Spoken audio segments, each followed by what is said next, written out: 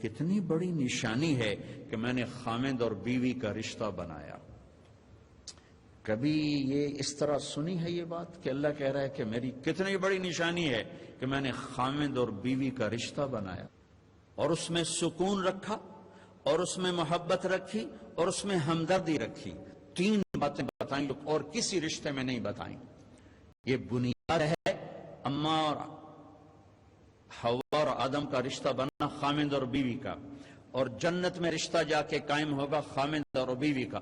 اور عمر اللہ لمبی دے دے تو بچے بچیوں کی شادیاں ہو گئی، بڈھے بڈھے کر لے بیٹھے ہوں دن، اور میرے چاچا چاچی فوت ہو گئے دونوں ہی، ان کے قدرتی ایک بیٹا ایک بیٹی، کوئی کم بچے خوشحال گھرانہ نہیں تھا، وہ ویسے ہی ایک بیٹا ایک بیٹی ہو۔ اچھا بیٹے کی شادی ہو گئی وہ اپنا مصروف، بیٹی کی شادی ہو گئی وہ اپنے مصروف۔ ایک ایکڑ گھر، میری چاچی کل ہی بیٹھی، شالا کسے دے دو نہ ہو میں کیا خالی ہو گئے کلے بیٹھے ایک دونوں بڈھا بڈھی کی ویکھن۔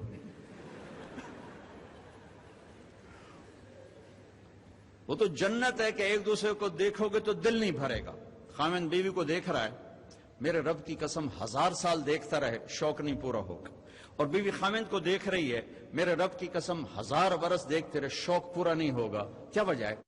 کہ اللہ ایمان، جنت کی جو حور ہے وہ مشک، عنبر، زعفران، کافور سے بنی ہے، پھر اس پر اللہ نے اپنے نور کی تجلی ڈالی ہے، ٹھیک، نور کی تجلی، اور وہ نور کی تجلی چونکہ لامحدود ہے لہذا ہر سیکنڈ میں اس کا حسن آگے جا رہا ہے، آگے جا رہا ہے، آگے جا رہا ہے، آگے جا رہا ہے، اور تمہارے اوپر بھی نور کی تجلی ڈالی ہے، تمہارا حسن بھی آگے جا رہا ہے، آگے جا رہا ہے، آگے جا رہا ہے۔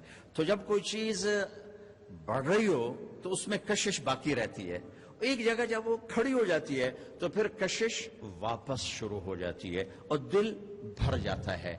لہذا جنت کی ہر چیز، ہر لمحے اس کا حسن ایسے جا رہا ہے، ایسے جا رہا ہے، ایسے جا رہا ہے، ایسے جا رہا ہے۔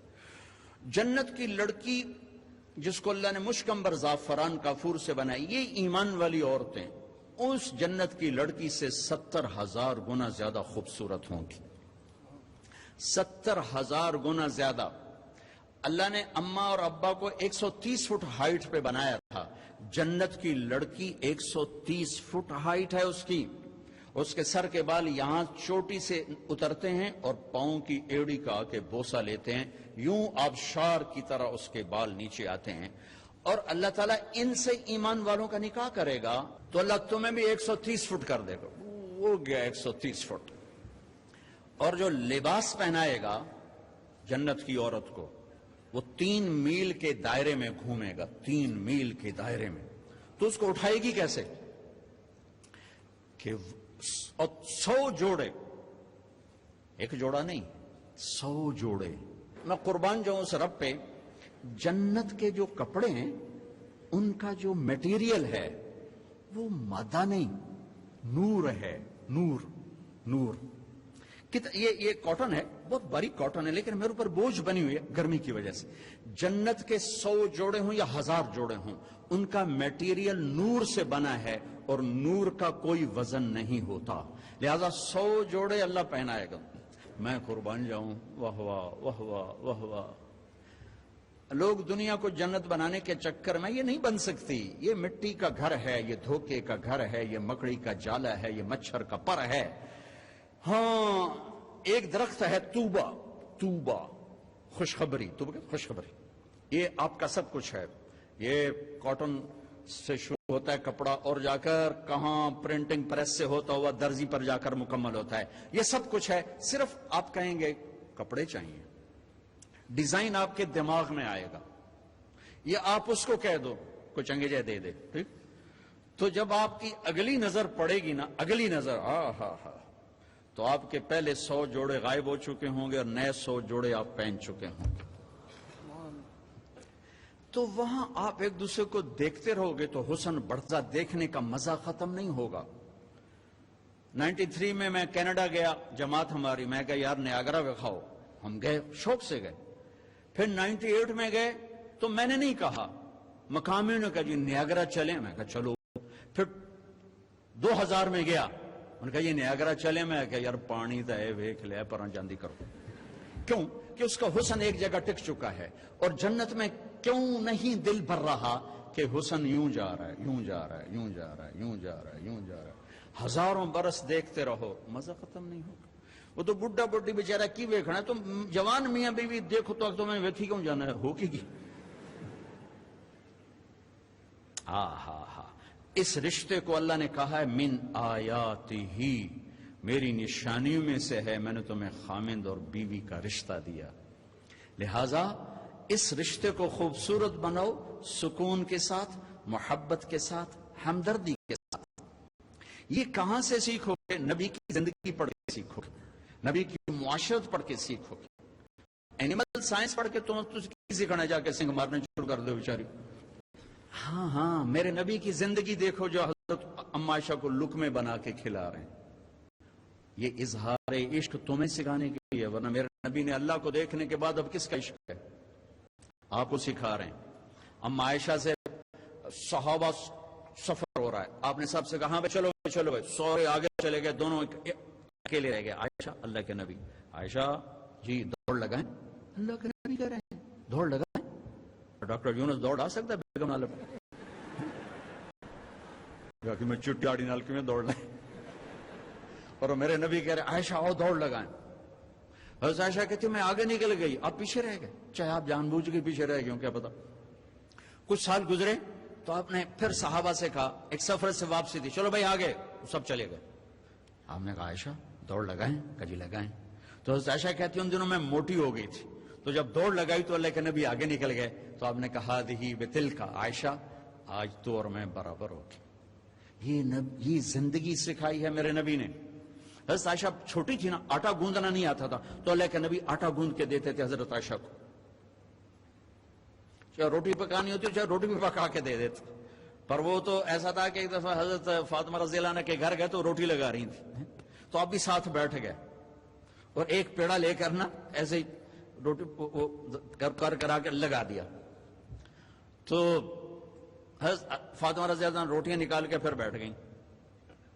تو آپ نے کہا بیٹھی کیوں ہو؟ کہا وہ جو روٹی آپ نے لگائی تھی وہ پکی نہیں. کہا اس کو آگ نہیں جلا سکتی، اسے میرا ہاتھ لگا ہوا ہے، اسے نہیں آگ جلا سکتی.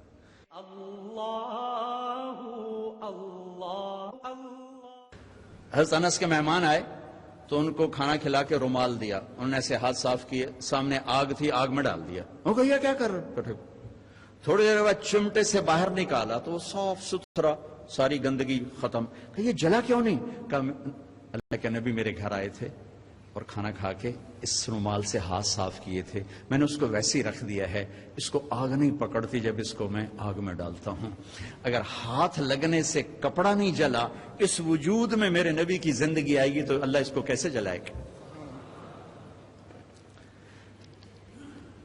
تو میرے نبی کی پاکیزہ زندگی جس میں خامند اور بیوی کا ایک بہت خوبصورت رشتہ ہے، پھر اس میں ماں باپ کا بہت خوبصورت رشتہ ہے. میرے نبی نے فرمایا اگر میری ماں زندہ ہوتی تو میں ایسی نوکری کرتا کہ عشاء کی نماز کے مصلی پر ہوتا، ادھر سے میری ماں کہتی محمد تو میں کہتا جی اماں جی، نماز توڑ دیتا، میں کہتا جی اماں جی. میرے نبی سے پوچھا گیا قیامت کب آئے گی؟ اللہ کو پتا ہے. کہ کوئی نشانی؟ کہ جب ماؤں کو ذلیل کیا جائے گا آ جائے. جب بیٹیاں ماؤں کو ذلیل کریں گی تو قیامت آ جائے گی. بیٹیوں کا خاص طور پہ نام لیا کہ جب بیٹیاں بھی ماؤں کو ذلیل کریں گی تو قیامت آ جائے گی. یہ بڑے خوبصورت زندگی میرے نبی ہمیں دیکھ گئے. صرف تسبیح پکڑا کے نہیں گئے، صرف مصلی پہ بیٹھا کر نہیں گئے، وی سی کی کرسی پر کیسے بیٹھنا یہ بھی سکھایا ہے، اور بیوی کے ساتھ کیسے چلنا یہ بھی سکھایا. عورتوں کو بھی سکھایا ہے اگر میرے دین میں سجدہ ہوتا تو میں بیوی سے کہتا اپنے خامند کو سجدہ کر. اور ماں کے قدموں تلے جنت ہے تیری، باپ تیری جنت کا دروازہ ہے. ابو ہریرہ جا رہے تھے، ایک نوجوان آگے جا رہا تھا، میں پیچھے جا رہا تھا. او بھائی کہ جی مہادا کا یہ کون ہے؟ کہ جی میرا ابا. کا پیچھے چل، اس کو آگے چلا، اس کو آگے چلا، خود پیچھے چل. کبھی اس کے آگے نہ چلنا، کبھی اس سے پہلے نہ بیٹھنا، کبھی اس سے پہلے نہ بیٹھنا. امام زین العابدین پاکیزہ ہستی، اماں کے ساتھ کھانا نہیں کھاتے تھے. اور عرب میں الگ الگ پلیٹیں ہیں، یہ تو ہمارا دستور ہے، عرب کا دستور ہے کٹھے کھانا. تو ایک شخص نے کہا حضرت آپ ماں کے ساتھ کھانے کو نہیں کھاتے؟ آپ تو اتنے ماں کے فرما بردار ہیں. کہا بھائی مجھے ڈر لگتا ہے کہ میری ماں کی آنکھ کسی بوٹی پہ پڑے اور اس کا ہاتھ آگے آنے سے پہلے وہ بوٹی میں اٹھا کے کھا لوں تو کہ اللہ کی بارگاہ میں مردود نہ ہوں، اس لیے میں اماں کے ساتھ مل کے کھانا نہیں کھاتا. تو جن کے ماں باپ زندہ ہیں، استاد بھی باپ ہوتا ہے، سسر بھی باپ ہوتا ہے، ساس بھی ماں ہوتی ہے. اپنے استادوں کو بھی باپ سمجھو، حقیقی باپ کو بھی باپ سمجھو. حضرت علی نے فرمایا جو مجھے ایک حرف قرآن کا نہیں، کوئی ایک حرف سکھا دے قرآن کوئی، تو میں اس کا غلام ہوں جہاں چاہے بیچ دے. ادب کرو گے تو اللہ علم دے گا. ڈگری کے لیے نہ پڑھو، علم کے لیے پڑھو. اللہ تمہارے لیے رزق کا دروازہ بھی کھولے گا، علم کا دروازہ بھی کھولے گا. ٹیچروں سے کہتا ہوں طلبہ کو محبت سے لو، ٹانٹنگ نہ کریں، طنز نہ کریں، بے عزت نہ کریں. بے عزت کرنے سے ریئیکشن ہوتا ہے، عزت ختم ہو جاتی ہے. اگر چھوٹوں کی محبت لینی، انہیں عزت دینا شروع کریں، انہیں پیار دینا شروع کریں، وہ آپ کو عزت دیں گے. اگر آپ بڑے ہونے کا روب جتلا کر ان پر سختی کریں گے، ریئیکشن آئے گا. ہمارا ماحول ہے ماں باپ بھی سختی کرتے ہیں، ماں باپ بھی تربیت کے نام پر ڈنڈا اٹھائے پھرتے ہیں، اور کتنے بچوں کو بیمار کر دیا. تیرے نمبر کیوں تھوڑے ہیں، تیرے نمبر کیوں تھوڑے ہیں، تیرے اے کیوں تھوڑے ہیں، پتہ نہیں ایک تو اے بی کی تھوا بڑے. تو ان کو پاگل کر دیا ہے. اب یہ واچ کرو، دیکھو ماتھے پر رزق لکھا ہوتا ہے، ڈگریوں پر رزق نہیں لکھا ہوتا. یہ اچھے انسان بنے، اچھے انسان بنے، معاشرے کا اچھا فرد بنے. پڑھانے کی محنت ضرور کرو، پاگل نہ بنو، پاگل نہ بنو، اپنی اولاد کو پاگل نہ کرو. میرا ایک بچہ ذہین تھا، دوسرا ذرا متوسط تھا، تو میری بیگم نے دونوں کا آپس میں مقابلہ کرا چھوٹے کو بڑے کا دشمن بنا دیا. تو دیکھ تیرے اتنے تھوڑے نمبر آئے، یہ تیرا بھائی ہے، دیکھ اس کے کتنے اچھے نمبر آئے. وہ چھوٹے وہ بڑے کے گریبان پکڑنے لگ گیا اور اتنا اس کے ساتھ وہ بدتمیز ہو گیا. میں کہا ویکھ اے تیرے مقابلے دا نتیجہ ہے. ایک کا قدرتی استعداد تھوڑی ہوتی ہے، کسی اور چیز میں زیادہ ہوتی ہے. ایک پڑھنے میں اچھا ہوتا ہے، کسی اور چیز میں اچھا ہوتا ہے. تو اپنے بچوں کی خوبیاں دیکھ کر اس کو ہائی لائٹ کرو. یہ صرف نمبروں کے اوپر نہ تولو. نمبر تو نقل مار کے بھی آرام نہ تجھ لے لو. تو کبھی اولاد کی آپس میں تقابل اور شدت اور سختی. ہمارا ماحول، میں چوتھی جماعت میں پڑھتا تھا، ہمارے استاد سے ماسٹر شفیع صاحب رحمۃ اللہ علیہ بڑے محنتی تھے، لیکن وہی ماحول تھا، سوٹے ڈنڈے. دسمبر کا مہینہ، سردی. ایک وہ اس کا حساب کا سوال لکھایا سلیٹ کے اوپر. ہم 15 لڑکے یوں لائن میں بیٹھے ہوئے. اچھا میں نے دیکھا، مجھے نہیں آتا تھا. میں کہا چلو معافی تلافی ہو جیسے. جب وہ پہلا اس کو نہیں آیا تو پتہ نہیں کو 8-10 ڈنڈے پہ. میں کہا لے وے مارے گئے یا اللہ. پھر دوسرا اس کو بھی ڈنڈے، پھر تیسرا اس کو بھی ڈنڈے. کسی نے نہیں آیا. اب میں سوال چھوڑنا تو حل کرنا تو چھوڑ دیا. میں کہا یا اللہ جان کے میں بچائیں، کوئی راہ دکھا. اچھا ہمارا دیہاتی کلچر تھا تو ابا جی رحمت اللہ علیہ یہ کوئی رشوت نہیں ہوتی تھی، یہ اپنی سعادت سمجھ کر استاد جی کے گھر گندم جاتی تھی، چاول جاتے تھے، اور گھی جاتا تھا، مکھن جاتا تھا، دیسی شکر اس وقت تیار ہوتی تھی وہ جاتی تھی، گنے جاتے تھے، مرچیں جاتی تھیں، کنو جاتے تھے، آم جاتے تھے. یہ سب کچھ جو ہم لگاتے تھے.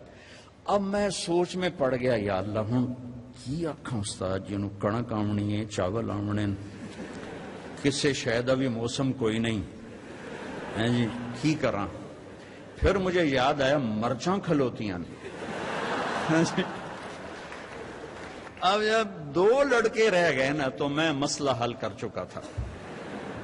تو میں اٹھا، میں کہا استاد جی ابا جی پیان دیان کل مرچاں گھر اپڑ جس. میں کہا شاباش میرا پتر شاباش، تو ایدے بہ جا، تو ایدے بہ جا. لبے مرچاں میری جان بچائی، لیکن یہ جھوٹ مجھے میرے استاد کی سختی نے سکھایا. جھوٹ نہیں بولنا چاہتا. یہ ماں باپ اپنی اولاد کو جھوٹ سکھا رہے ہیں، بے جا سختی. ٹیچر پروفیسر بچوں کو کو جھوٹ سکھا رہے ہیں بے جا سختی سے. اور آپ سے کہتا ہوں کہ ادب انسانیت کا زیور ہے. ادب انسانیت کا زیور ہے. جو ایک حرف بھی پڑھا دے اس کے آگے کبھی سر نہ اٹھانا. اللہ تمہیں علم بھی دے گا, رزق بھی دے گا, عزت بھی دے گا. ماں باپ ہیں, استاد ہیں, سب کو عزت دو. اللہ تمہیں عزت کی چوٹیاں دکھائے گا, اپنی رضا بھی نصیب فرمائے گا.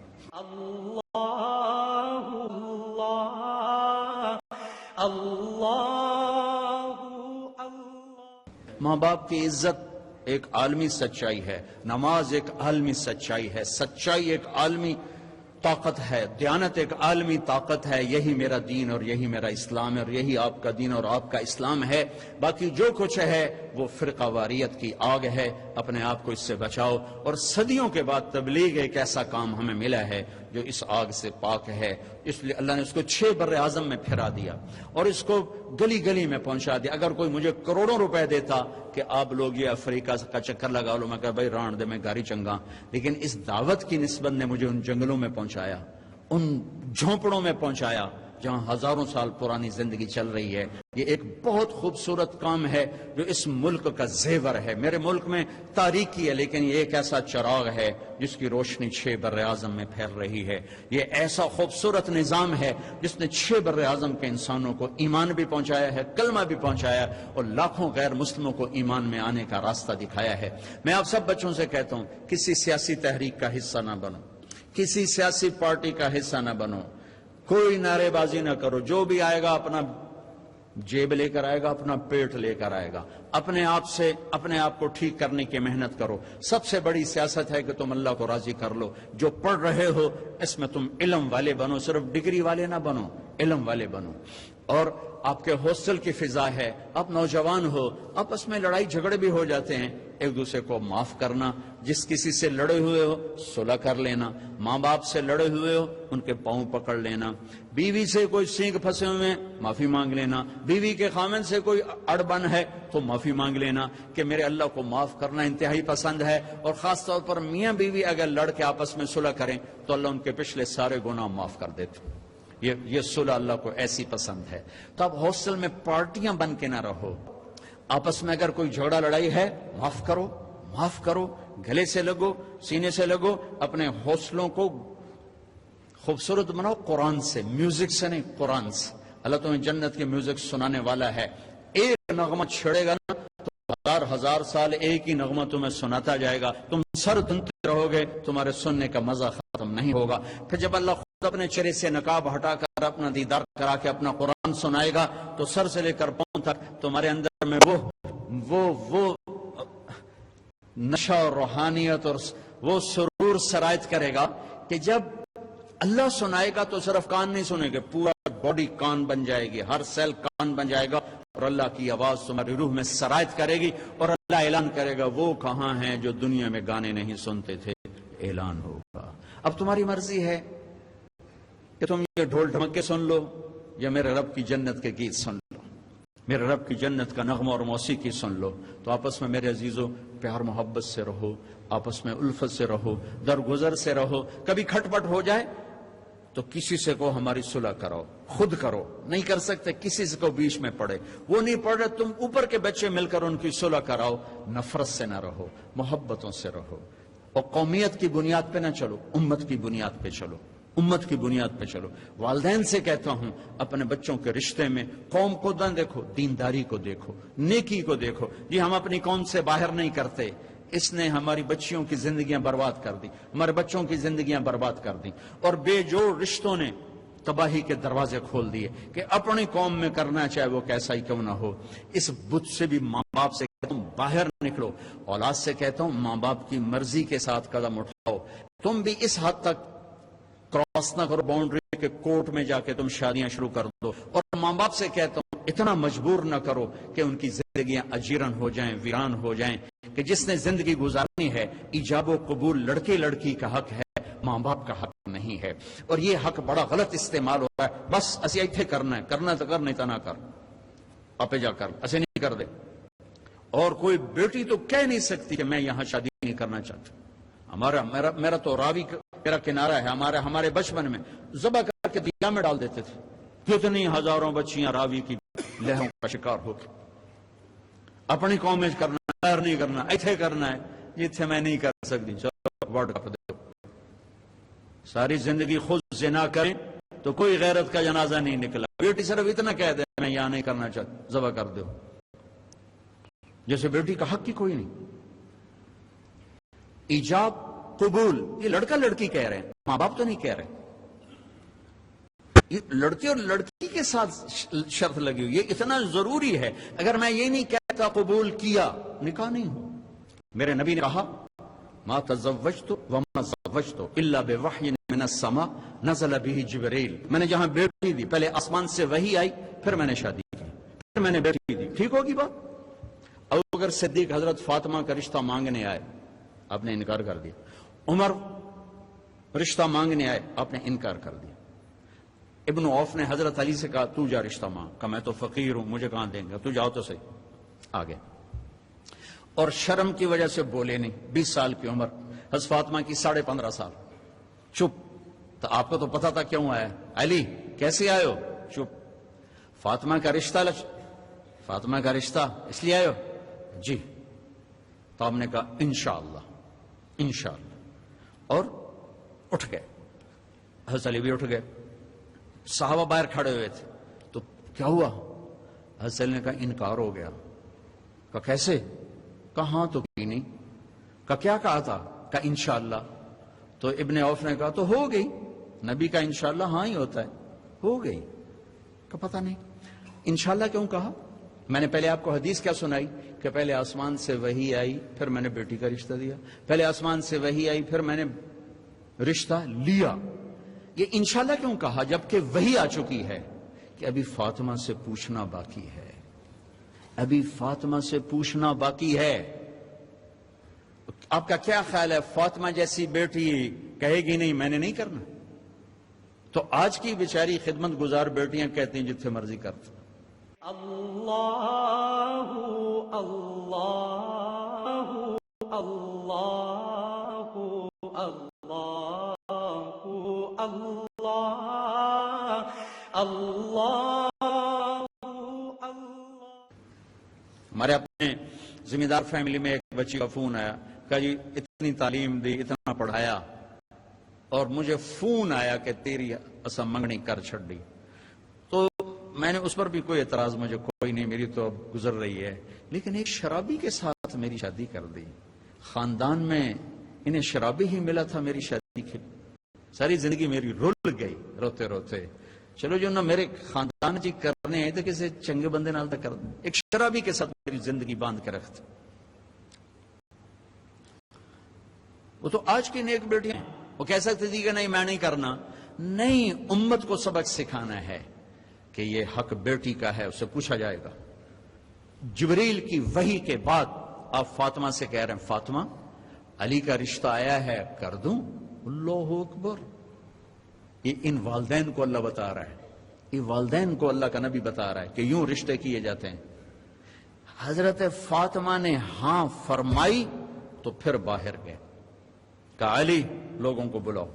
مسجد بھر گئی. آپ نے کہا لوگوں جبریل میرے پاس اللہ کا پیغام لائے ہیں کہ میں اپنی بیٹی فاطمہ کا نکاح علی سے کر دوں. باقاعدہ مینشن کیا کہ اللہ کا پیغام لائے ہیں. پھر فاطمہ سے پوچھا تھا بچوں کو ظلم سے بچانے کے لیے کہ یہ بیٹی کا حق ہے جس نے زندگی گزاری، ماں باپ کا نہیں.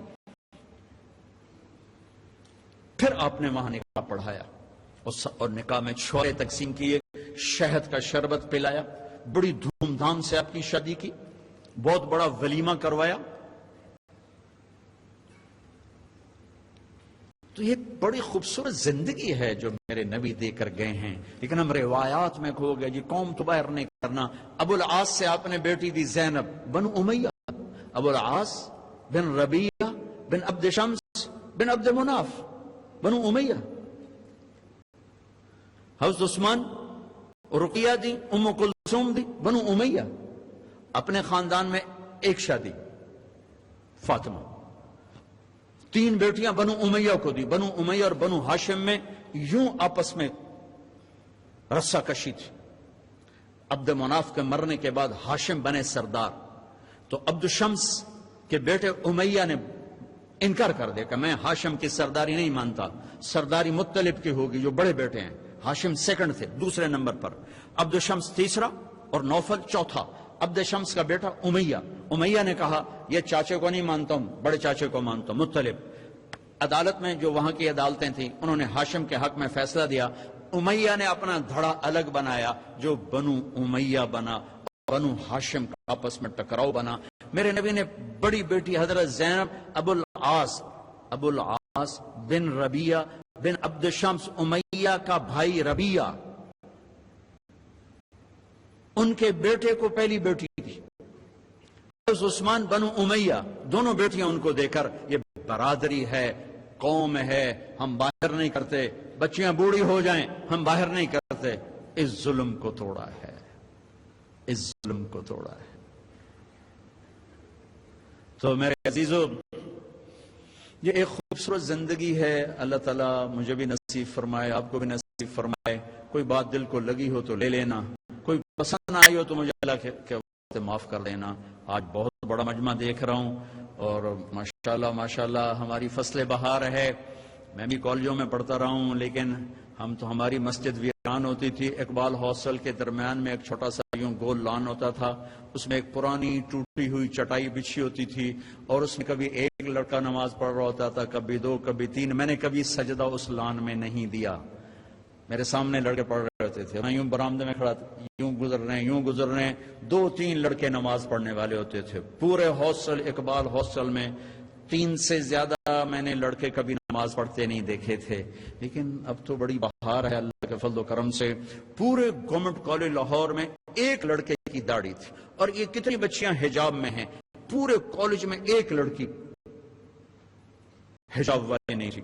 یہ 69-71 ایک لڑکی حجاب میں نہیں، سب ننگے سر، اور پورے کالج میں ایک لڑکا داڑھی والا جس نے مجھے دعوت دی، نعیم الدین چودھری وہاں کا تھا، بنگلہ دیش کا تھا۔ اللہ نے ہمیں بہار کی آمد تو دکھائی ہے، اللہ کرے پوری بہار بھی دکھا دے۔ بھائی دعا سے پہلے ہم مل کر اللہ سے معافی مانگ لیں، کیونکہ جب کبیرہ گناہوں کے ساتھ دعا رک جاتی ہے، جب آدمی توبہ کرتا ہے تو اللہ سارے معاف کر دیتا، سارے معاف کر دیتا۔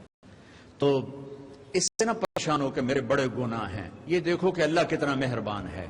تو آپ سارے توبہ کی نیت کرتے ہو، میرے ساتھ کہو یا اللہ میری توبہ، پھر کہو یا اللہ میری توبہ، پھر کہو یا اللہ میری توبہ۔ ٹھیک ہو گیا؟ اگر دل سے ہے تو انشاءاللہ آپ کے سب گناہ معاف ہو گئے، سب معاف ہو گئے، سب معاف ہو گئے۔ آپ سب نوجوان